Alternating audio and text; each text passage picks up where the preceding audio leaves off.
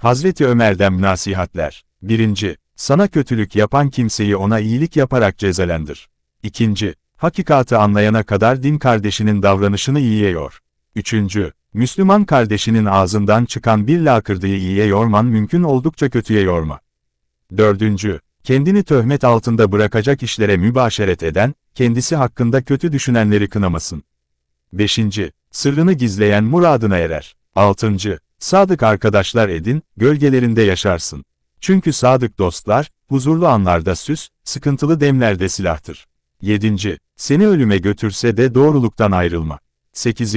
Seni ilgilendirmeyen işe karışma. 9. Henüz vuku bulmamış şeylerden sorma. 10. İhtiyacını, onu gidermeni istemeyenlere iletme. 11. Yalan yere yemini hafif alma, Allah seni helak eder. 12. Kötülüklerini öğrenmek düşüncesiyle de olsa fasörlerle arkadaş olma. 13. Düşmanlarından uzak dur. 14.